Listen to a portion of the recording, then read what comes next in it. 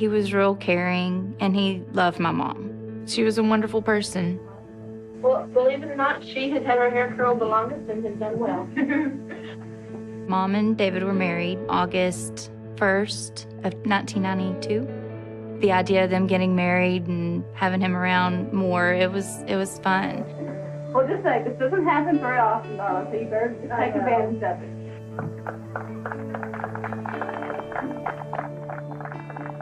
I remember preparing for that day and wanting to do something special. And someone else was gonna write "just married" on the back of their car, and I wanted 10 cans. I remember that being a big deal, and I worked on it that weekend.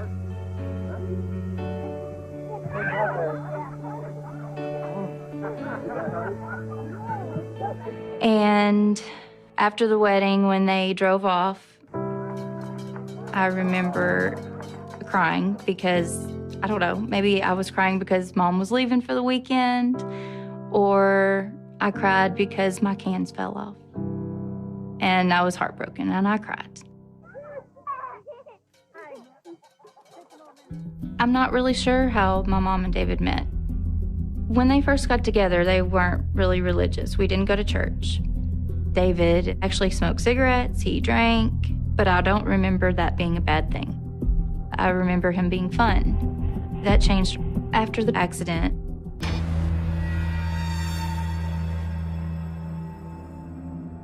We were driving. I remember David looking across the seat at my sister, and he just went off the road. No one was hurt. I guess that's why I didn't understand why my mother was so upset. I was telling her, "Mom, it's okay. It's okay." And she just said, "No, it's not okay. This is not okay." I don't know if she was just that frightened that we could have all been terribly hurt or what it was, but that was just a turning point. That wreck, that's what changed their lives.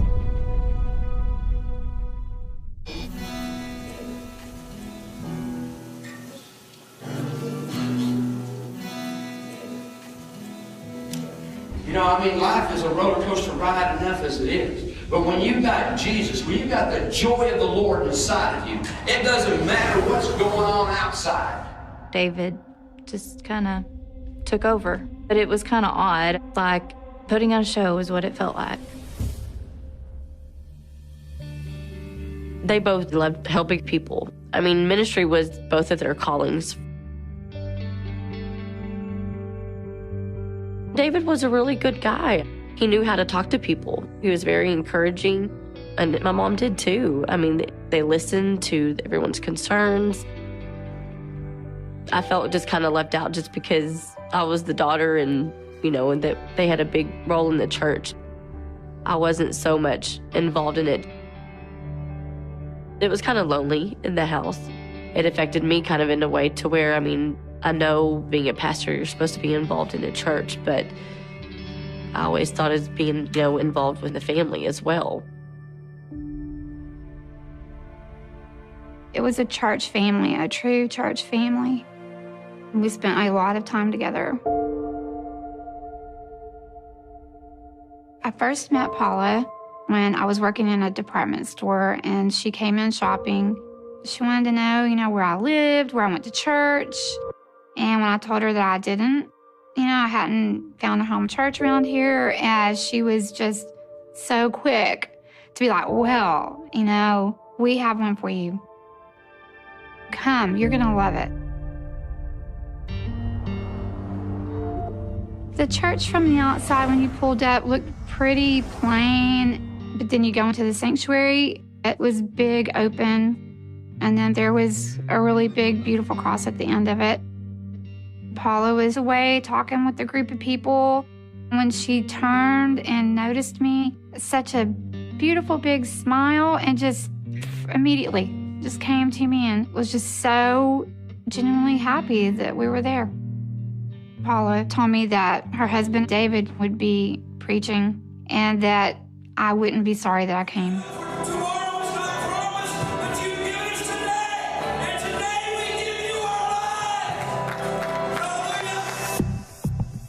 He definitely was on fire for the Lord. I mean, he was. It's not a matter of what you can't do. You need to know what you can do. Inside that church building, I just felt at peace. I mean, walking through the doors that was my happy place. Whenever the doors were open, we were in church. But I was uncomfortable being there. He has a purpose, he has a destiny, he has a plan for your life, and Jesus is the reason. Things started to change a lot at home. David was more strict, but understandably so. He was a Christian. He wanted his family to reflect that. So I moved out of the house when I was around 17, and I felt free in a way of being out from under the church. But after time, there was a distance between me and my mom.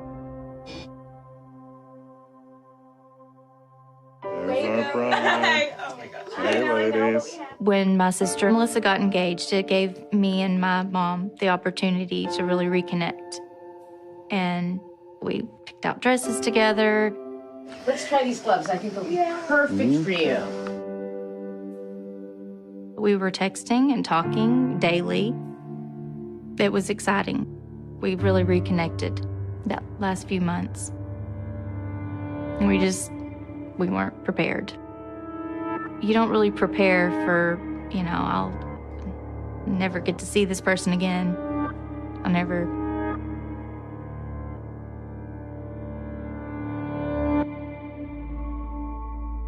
I was on my honeymoon. I don't even remember what time it was.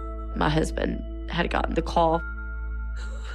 And I remember just sitting on the bed and I was so confused. I was like, this is not real. 911, where's your emergency? I can't get to the back room. Ma'am, my wife is in the house.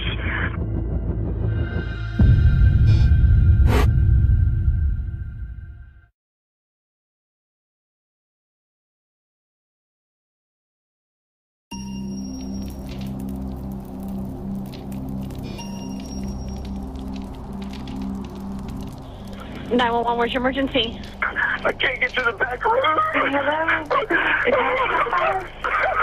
He won't calm down enough for me to figure out where he's at.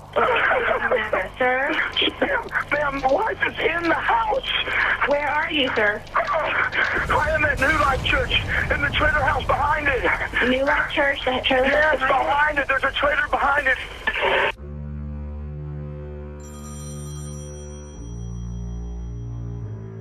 Around 1 o'clock, I got the call from the sheriff's department. We've had a fire, and they told me where it was. It was the house behind the church where the pastor and the pastor's wife lived. In counties our size, we don't have a coroner. So the justice of the peace takes on the role of the coroner. I don't get a call unless they know there's a fatality.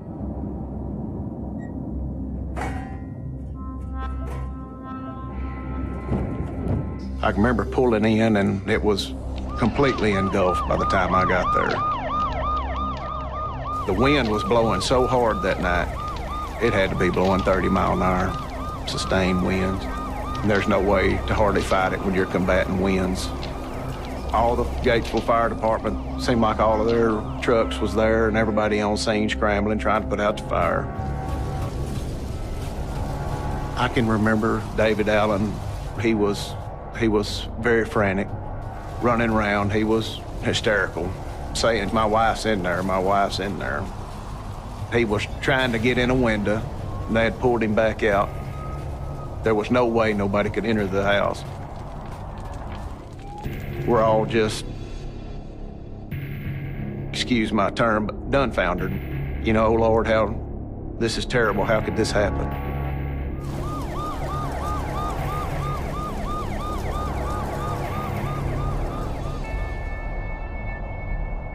At the time that it was under control, the firefighters go to looking for Miss Allen. And I remember when we found her, she was laying face up at the front door like she was trying to get out. And it just, you know, that just really hits your heart there.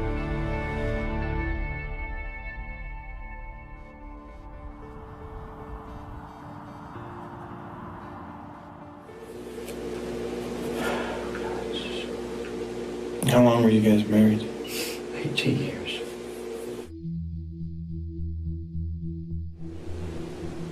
Yeah, this is really hard, man. I know. I can't imagine. You know, My mind is, I'm doing the best I can. I know this is important for you. So when you felt the smoke and the noise, you went and opened the window and... As soon as I opened that window, man, it was like... It was this huge suction. Went out the window. And I ran to the front door, and it was locked, but that's where the fire was. The fire was right there. By the time I got there, it was already breaking the windows. I mean, it went so fast. That's when I called 911. When I ran back around, I thought, I'm gonna call it and just chunk my phone, and that's exactly what I did. I was screaming for Paula to wake up, get up, wake up. I was running around the house, wake up, get up, beating on the walls, beating on the windows, wake up, get up, wake up, get up. Well, I don't have a lot else I got to ask you. Basically, it was just to get the version of what occurred, you know, while it was still fresh and get you away from there. Mm-hmm. One other thing I would like to know, is there a life insurance policy for her? We went to get life insurance, and they turned us down because of me. Do you want to have somebody come pick you up? I really don't think that you should go back out there. In all honesty, I don't want you to go back out there.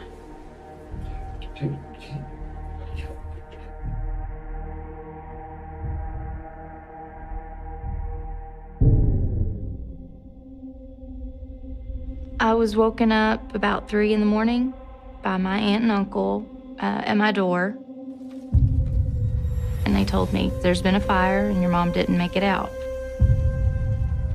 I don't really remember it registering what they had just said. And I remember asking my aunt, you know, we need to call Melissa. We had to get her back to town so that we could plan a funeral. I was on my honeymoon. My husband had gotten the call and had to tell me that my mom didn't make it out. And of course, he tried consoling me, and I just remember being in a disbelief. It just didn't feel real. I didn't get it.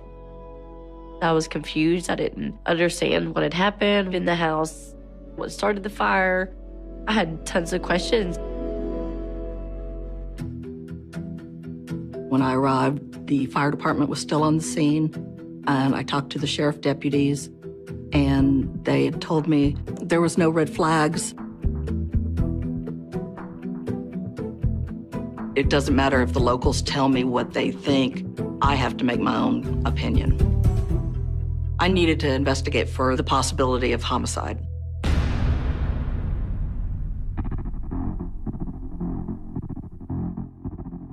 Conducting my fire scene investigation, I observed burn patterns and fire travel, movement, and I was able to determine the area of origin to be the living room. Looking around that room, there was no candles, kerosene lamps, oil lamps. They did not smoke, so I could eliminate accidental causes. The next part of my investigation is to check the weather at the time of the fire to see what the wind patterns were, the humidity, lightning in the area. I was able to rule out that it was weather-related. I noticed a lot of electrical wiring in the wall in the area of origin. So we asked an electrical engineer to come and see if he could determine anything. And he was able to eliminate electrical causes of this fire. electrical. Accidental and natural sources of ignition were ruled out, making this an intentionally set fire, an arson.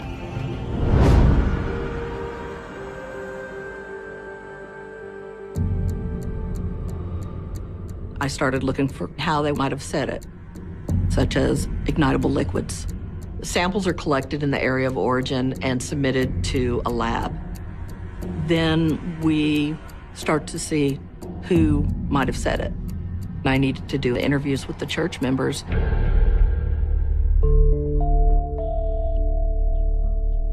I met with Janine. I just wanted her to have all the information that I had so she could investigate it and come out with the truth. It was either February or March. Paula and I were talking about the finances in the office. She needed some help doing the IRS stuff, so I told her that I was going to come and help her.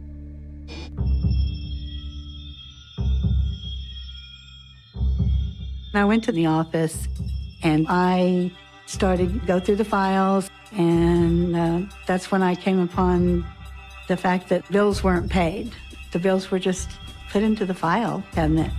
David took money that he should have spent on bills, and he did things for the church. David just said, God will take care of it. God will take care of it. The church needs to know what's going on. So I started talking to some members of the board, and that's when they found out what was going on with the finances. And they just were going to take care of what needed to be taken care of.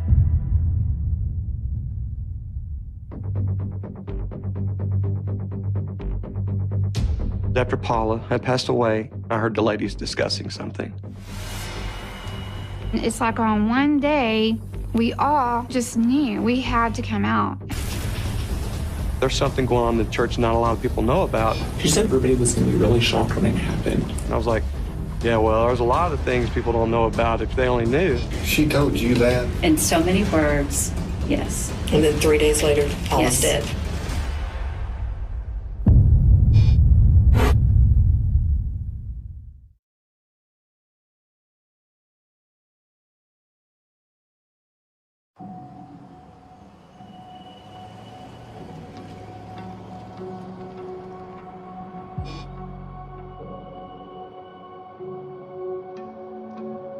It was such a tragedy, and, you know, we're trying to figure out exactly what happened. And that night, there was nothing to depict that there was any foul play. Within a few hours, we get a preliminary autopsy report, and it come back smoke inhalations and thermal burns. It was determined an accident. And then the next thing I know, investigators, they're talking to me, thinking there's something going on. I had found out that the church was having financial problems. It was not solvent. And so we started digging more. And that's when they found out that the Allens did not have insurance on the home. The church had insurance. And so the church were going to receive the benefits of the policy. So that was a red flag. We purchased the house, and so the church did have insurance on it. And yes, I had to contact the insurance company following the fire. I needed to investigate to see if somebody set the fire, not meaning to harm David or Paula, and just wanted to burn down the building. I thought there was some kind of financial motive. It wasn't until the funeral. That's when the investigation took a new turn.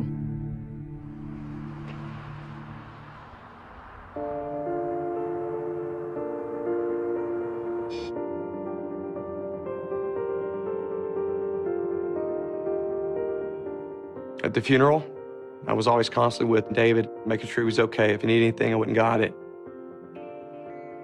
He was a good friend of mine. I just wanted to be there for him. I never left his side. When we buried my mom, we buried her in David's family plot. The double headstone with David's name on it, and It was kind of always talked about that that's where she would be.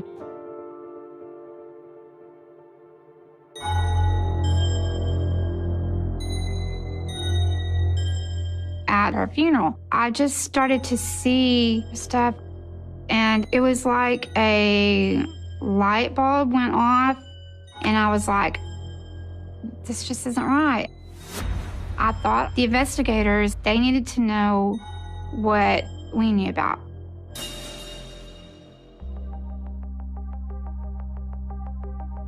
After the funeral, I started getting calls from the church members. Suddenly, everybody wanted to talk. Some things didn't seem right to them. You attended the funeral? Attended the service that they had for him right after she died. What do you recall? I could just kind of see her watching David throughout the evening, constantly. I noticed that just her flirting with him and just having to be close to him. When you say her, you're referring to Megan? Megan, Lauren. I got other names, but I can't repeat them.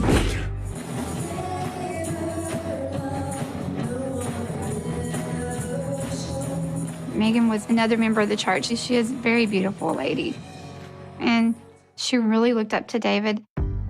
She took notes from every sermon that he gave. Megan was waiting for God to bring her the right man. It had to be a godly man. She told me over and over again, oh, I want a husband so bad. But yeah, she only had eyes for David. That was totally obvious. We could just see what was happening a long time ago, before the fire. Megan's very young, she's my age, and she's pretty, all that good stuff. How would you characterize their relationship? I mean, I knew that she was in love with my stepdad. I went to school with Megan, so I've known Megan for a very long time. She was obsessed with David. That's how I saw it. She was just obsessed with David. Was it something that you think that David was encouraging in any way? I told Paula to be careful. Paula would say, oh no, Julie, she's just a young girl. She didn't notice it for a while. I remember when it really impacted her was in October of 2010. We had a carnival at the church, and she happened to look out and noticed David and Megan had just come off of a ride, standing side by side, facing each other, and I saw her beautiful brown eyes turn black with anger.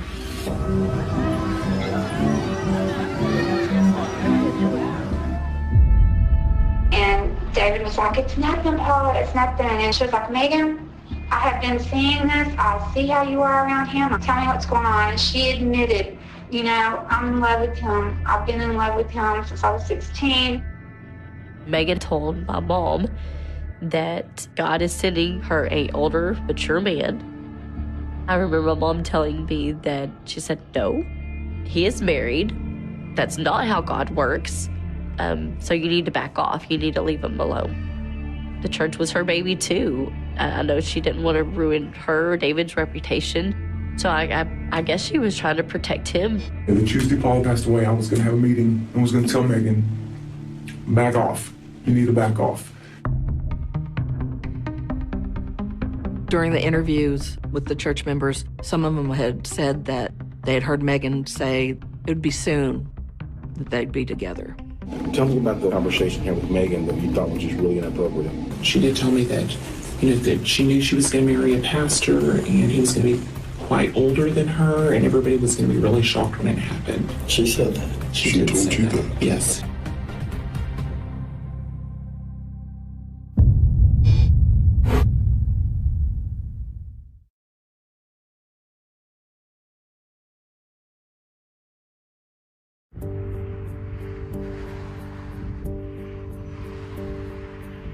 God has a plan set before you.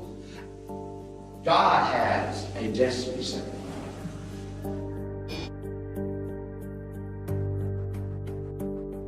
I remember around January, I'd ask her, I said, hey, Paula, we had a great service Sunday morning. Wasn't it a great service?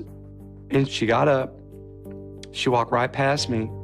She closed the door behind me to the office, locked it, walked right back in front of me and stood right in front of me. And she goes, what I'm getting ready to tell you, you cannot tell anybody, Mike. Do you understand? I did what she told me. I didn't say anything. And I'm haunted by that. I am. We had heard, me and my sister both had heard several rumors going around about Megan, a member of the church. How would you characterize their relationship? I mean, I knew that she was in love with my stepdad. I didn't care too much to think about it. But then after my mom's death, we started thinking there's more to it than just, you know, her. Immediately after Paula's death, David started taking Megan with him places. He didn't even wait. I mean, I'm not even sure that it was a week after her funeral. A few days after she passed away, we went out to this little Mexican place to eat, and David actually made my friend move over so that Megan could sit down next to him. And, you know, there's a lot of little flirtatious kind of things going on that I noticed.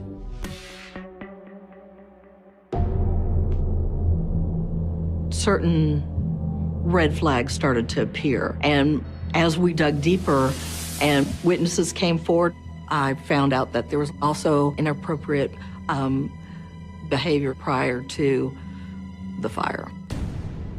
Michael Stidham, associate pastor at Eli Church. You know, you're suspicious about some things. Okay. I know there was an affair before. I mean, I believe that with all my heart.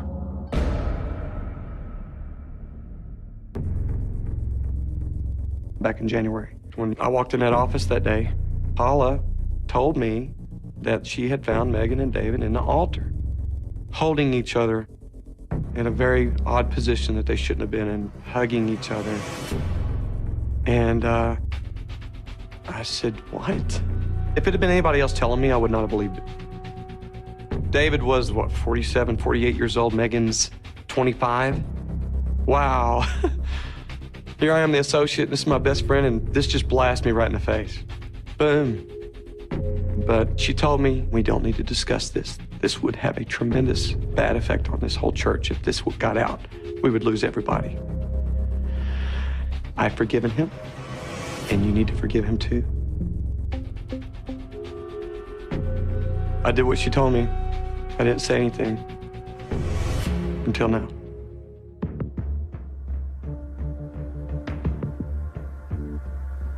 After the interviews with the church members, I really wanted to talk to David Allen myself in person.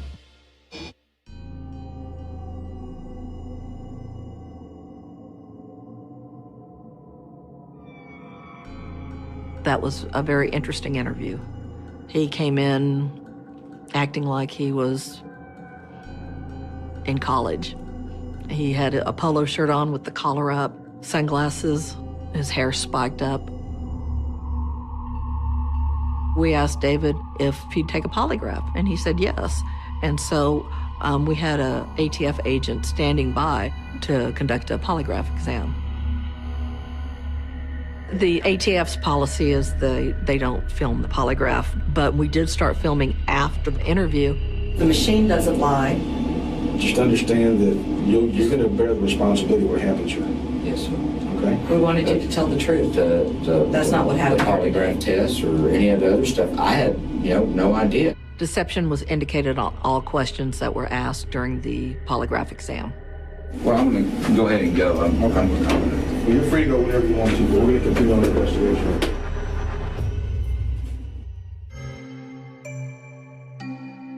After the interview with David, I had to sift through the lies. And one stop was to the life insurance agent who had told me, yes, that they had come in to try to obtain a policy, but David didn't pass the physical. We went to get life insurance, and they turned us down because of me. It was a half-truth that, yes, he was turned down, but Paula wasn't. There was an active insurance policy on Paula for $250,000. Not only did David Allen know that there was insurance, he had gone to the insurance agent to try to obtain that money. At that point, motive was established, that he had $250,000 coming and a new girlfriend. Investigators in the summer of 2011 were very aware that there was some type of relationship between David Allen and Megan to the degree that he may have had a reason to start this fire. Megan had been spoken with briefly, and she had denied the physical relationship with David Allen at that time. In light of that, we reinitiated contact with several witnesses. The main thing that I remember is that it's like David, it's almost like David knew that Paula was going to die because he said that they would be together soon. And within about 3 days, Paula was dead. She told you that? Megan told you that? Yes. And David said that they would be together soon? In so many words, yes. And then 3 days later, Paula's dead. Motive in this case was very clear. And then in November, we finally got the report from the investigation from the insurance company. It's revealed that they believe that it was intentionally set. Acetone was the ignition factor for the fire.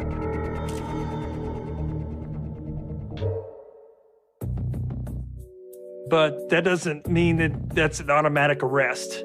It was important for us to really get our bearings about what evidence was collected and how strong that evidence would play in a trial.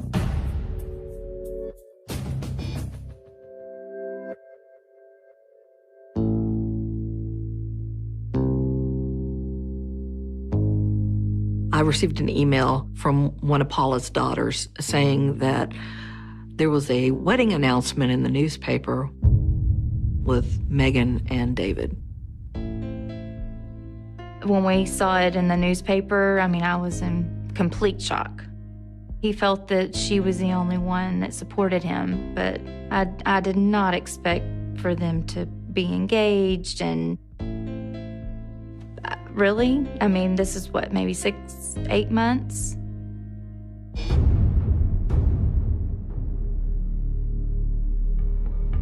Establishing the timeline for the relationship was astronomically important for us because Mr. Allen and Megan had been denying any type of inappropriate relationship before the fire.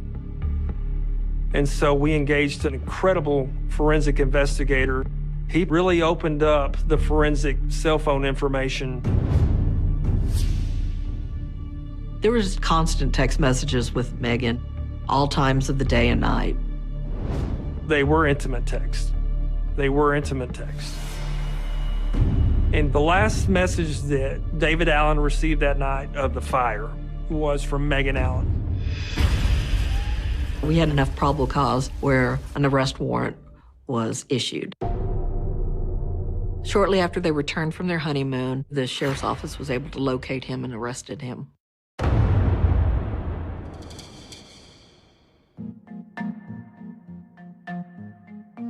We were truly focused on David Allen, but as we moved forward, really what we were looking for was exactly what did Megan know? And did she participate in this in any capacity, in any way? Hello, this is a prepaid collect call from David Allen. an inmate at Coryell County Sheriff's Department. Hey, Hey, what's up? I was just wondering, does your attorneys, do they know that I'm pregnant? David had to decide if the woman that was carrying his child was going to go down with him for what he had done with Paula.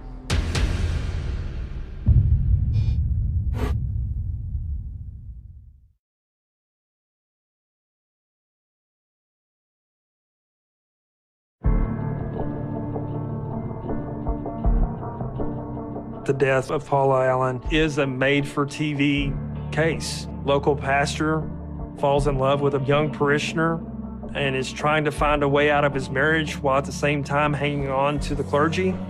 It's sensational. It's sexy. It's what people are drawn to.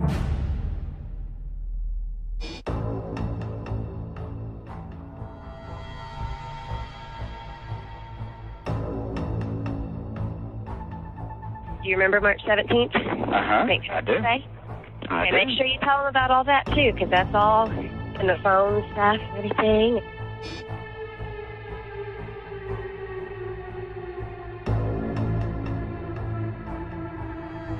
Throughout the investigation, Megan had been denying any type of inappropriate relationship.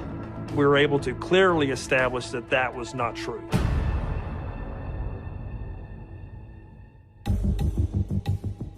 I have no problem telling them that we kissed on the 17th. Baby, that was it. quit. I mean, my Don't gosh. talk about stuff like that on the phone, baby. I know, baby. I know. But there was never any evidence that we could rely on that would support that she actually knew what David Allen would do that night to Paula. And so we really wanted a situation where Megan understood that there was some accountability with her statements.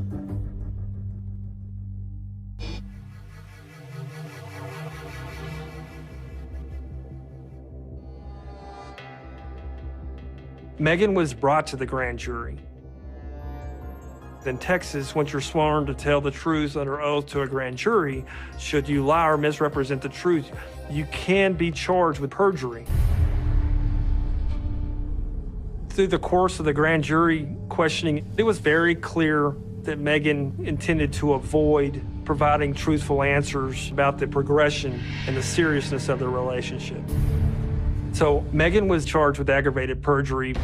That's a third-degree felony in the state of Texas. It carries with it a 2 to 10 year prison time. It's a very serious offense.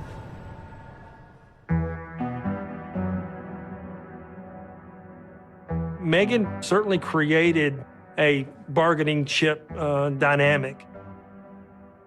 One of the most challenging types of offenses to prosecute and prove is arson. If a jury found David Allen not guilty because of a disagreement over the arson science, it was inevitable. A potential solution was dismissing Megan's case in conjunction with David Allen pleading to the arson causing death.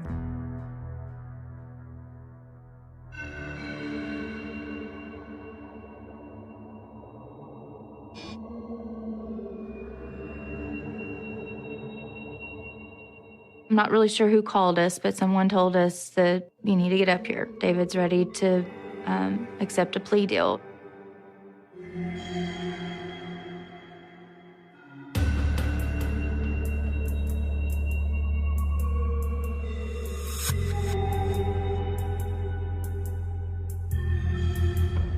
To us, it meant more to hear David admit to arson, and we would be able to live a somewhat normal life with him behind bars.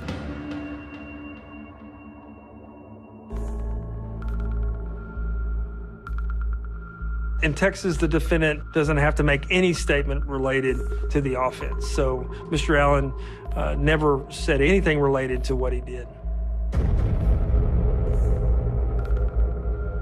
What I believe happened on the late hours of March 21st, 2011, David Allen received a text message from Megan, and I believe that that text message caused friction or a fight between him and Paula. That fight resulted in David incapacitating Paula in some manner.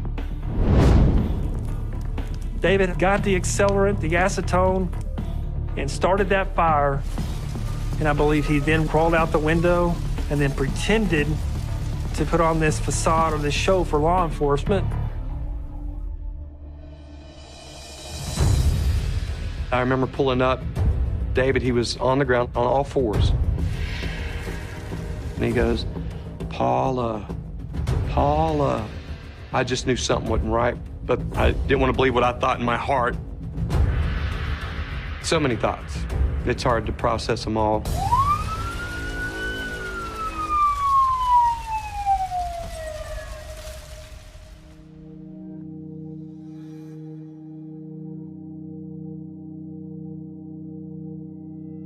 This is my first time in 8 years talking about this in a way that I'm talking about it.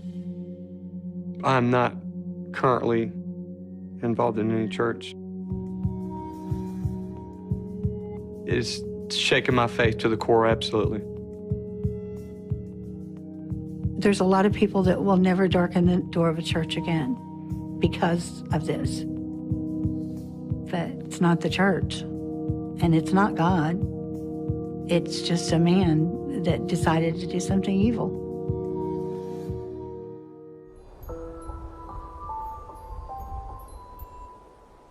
When we buried my mom, we buried her in David's family plot.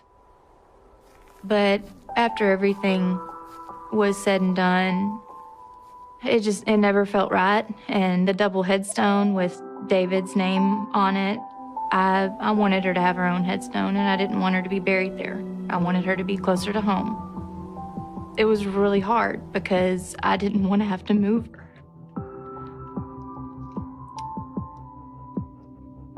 But I'm glad we did. She's closer to us. She's where she belongs now.